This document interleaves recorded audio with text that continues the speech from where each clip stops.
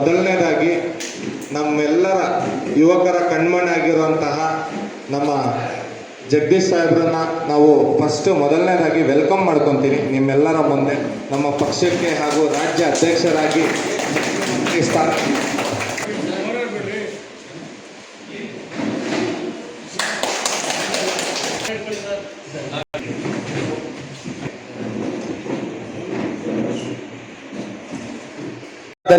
ನಮ್ಮಂತ ಯುವಕರಿಗೆ ಯಾರು ದಿಕ್ಕಿಲ್ವಲ್ಲ ಅಂತ ಹೇಳಿ ಹೋರಾಡುವಂತ ಸಮಯ ಇತ್ತು.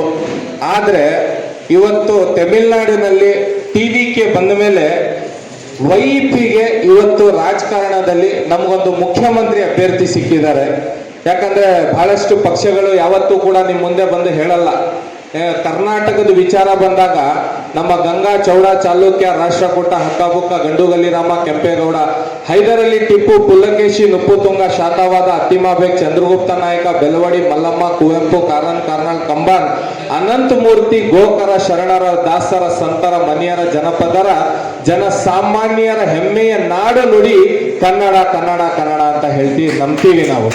ಏನಾದ್ರೂ ಸಮಸ್ಯೆ ಅಂತ ವಿಚಾರ ಬಂದಾಗ ಯಾವುದಾದ್ರೂ ಒಂದು ವಿಚಾರದಲ್ಲಿ ಯಾರಾದ್ರೂ ಒಂದು MLA ಆಗ್ಲಿ MP ಆಗ್ಲಿ ರಾಜ್ಯದ ಮುಖ್ಯಮಂತ್ರಿಗಳಾಗ್ಲಿ ಬಾಯಿ ಬಿಡ್ತಾರೆ ಅಂತ ಸಮಯದಲ್ಲಿ ಯಾರು ಕೂಡ ನಮ್ಮ ಬಡ ಕುಟುಂಬದ ಜನಗಳ ಧ್ವನಿಯಾಗಿ ಯಾರು ಕೂಡ ಮುಂದೆ ಬರೋದಿಲ್ಲ.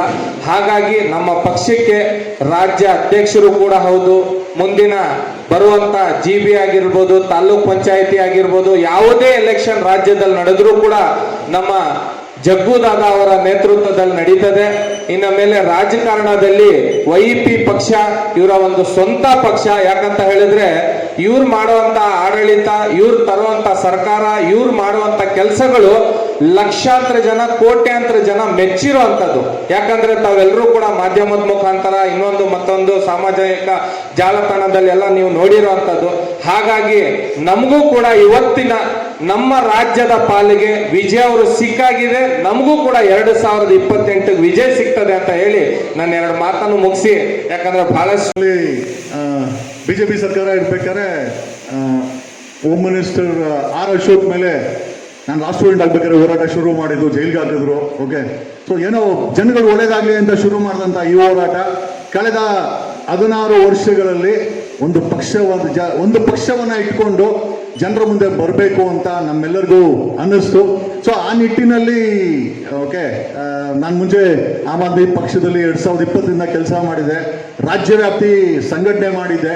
ಬಟ್ ಇವತ್ತಿನ ಒಂದು ಪ್ರಶ್ನೆ ಏನಪ್ಪ ಅಂತಂದ್ರೆ, 3 ಪಕ್ಷಗಳಿದೆ, 3 ಪಕ್ಷಗಳು ಕೂಡ ಸಾಮಾನ್ಯ ಜನರು ಓದ್ಬೇಕು, ಸಾಮಾನ್ಯ ಜನರ ತೆರಿಗೆ ಬೇಕು, ಸಾಮಾನ್ಯ ಜನರಿಗೆ ಕೊಡುವಂತ ಅಧಿಕಾರ ಇಟ್ಕೊಂಡು ಮಜಾ ಮಾಡಬೇಕು.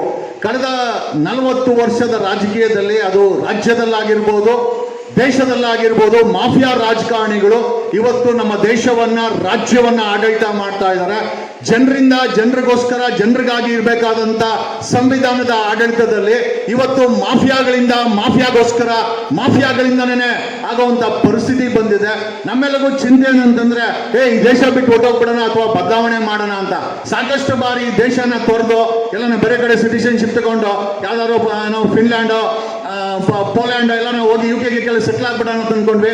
ಬಟ್ ಆದ್ರೆ ನಾವೇನೋ ಹೋಗ್ಬೋದು, ಇಲ್ಲಿರೋ ಬಡ ಜನರು ಏನ್ ಮಾಡ್ಬೇಕು ಅಂತ ಹೇಳಿ ಅನ್ಕೊಂಡು ಸೊ ಒಂದು ದೊಡ್ಡ ಮಟ್ಟದ ಹೋರಾಟವನ್ನ ಮಾಡಿಕೊಂಡು ನಾವೆಲ್ಲ ಸಣ್ಣ ಹಳ್ಳಿಯಲ್ಲಿ ಬೆಳೆದವರು. ನಮ್ಗ್ಯಾರೋ ನಮ್ಮ ದೇವೇಗೌಡರ ತರ ಏನು ನಮ್ದು ಯಾವ್ದು ಕುಟುಂಬ ರಾಜಕಾರಣ ಇಲ್ಲ, ನಮ್ಮಪ್ಪ ಲಾಯರ್ ಕೂಡ ಅಲ್ಲ.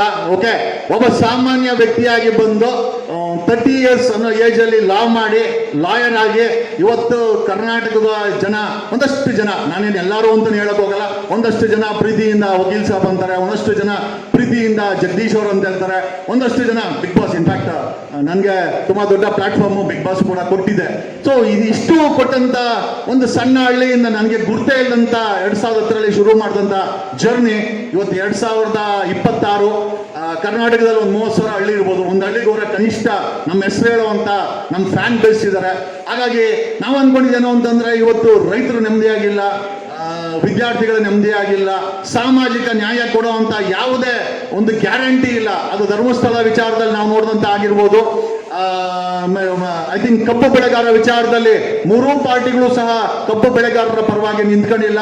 ಧಾರವಾಡದಲ್ಲಿ 3 ಲಕ್ಷ ಸರ್ಕಾರಿ ಉದ್ಯೋಗಗಳನ್ನ ಭರ್ತಿ ಮಾಡೋ ವಿಚಾರ ಆಗಿರ್ಬೋದು, ಅವರು ಪ್ರೊಟೆಸ್ಟ್ ಮಾಡಿ ನೋಡಿ ನಿನ್ನೆ ಒಂದು 2-3 ದಿವಸ ಹಿಂದ್ಗಡೆ ಬೆಂಗಳೂರಲ್ಲಿ ಏನೋ ಗ್ಯಾಂಗ್ ರೇಪ್ ಆಗಿದೆ.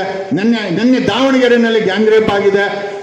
2025ರಲ್ಲಿ ಸುಮಾರು 700 ರೇಪ್ಗಳಾಗಿದೆ ಕರ್ನಾಟಕದಲ್ಲಿ. 2024ರಲ್ಲಿ 4,000 ಪೋಸ್ಕೋ ಕೇಸ್ ಆಗಿದೆ. ಇವತ್ತು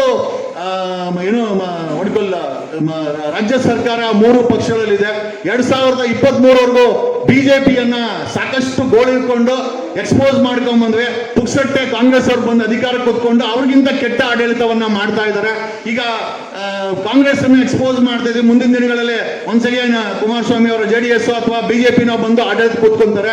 ಯುವಕರಿಗೆ, ಯುವ ಜನತೆಗೆ ಒಂದು ಜಾತಿ ಅಂತ ಇದೆ. ಏನಂತಂದ್ರೆ ಬಡವರು ಸಾಮಾನ್ಯ ಅನ್ನೋ ಒಂದು ಜಾತಿ ಇದೆ.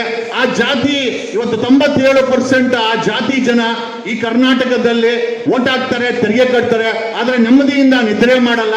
ಅವ್ರ ಮುಖದಲ್ಲಿ ಒಂದು ಕಳೆ ಇಲ್ಲ. ಅವ್ರು ಸಾಲ ಮಾಡ್ಕೊಂಡು ಆ ನೆಮ್ಮದಿನ ಹಾಳು ಮಾಡ್ಕೊಂಡು ಜೀವನ ಮಾಡ್ತಾ ಇದ್ದಾರೆ.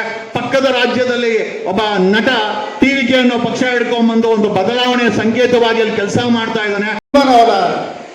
ತೆಗೆದುಕೊಂಡಿದ್ದೀವಿ.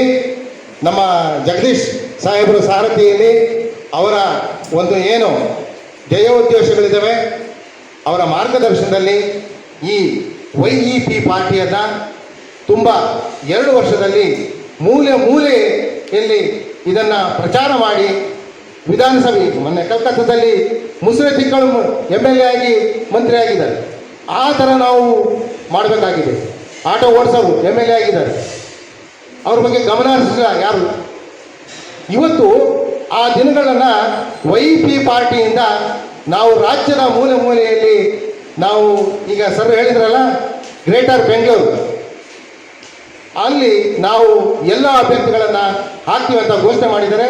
ರಾಜ್ಯದ ಮೂಲೆಯಿಂದ ಬಂದು ಗ್ರೇಟರ್ ಬೆಂಗಳೂರಿನ ನಮ್ಮ ಅಭ್ಯರ್ಥಿಗಳನ್ನು ಗೆಲ್ಲಿಸಲಿಕ್ಕೆ ನಾವು ಮುಂಚೂಣಿಯಲ್ಲಿ ಇಲ್ಲಿಂದಲೇ ರಾಜಧಾನಿಯಿಂದಲೇ ನಾವು ಸ್ಟಾರ್ಟ್ ಮಾಡಬೇಕಂತ ಹೇಳಿ ಆರಂಭಿಸಿದ್ವಿ.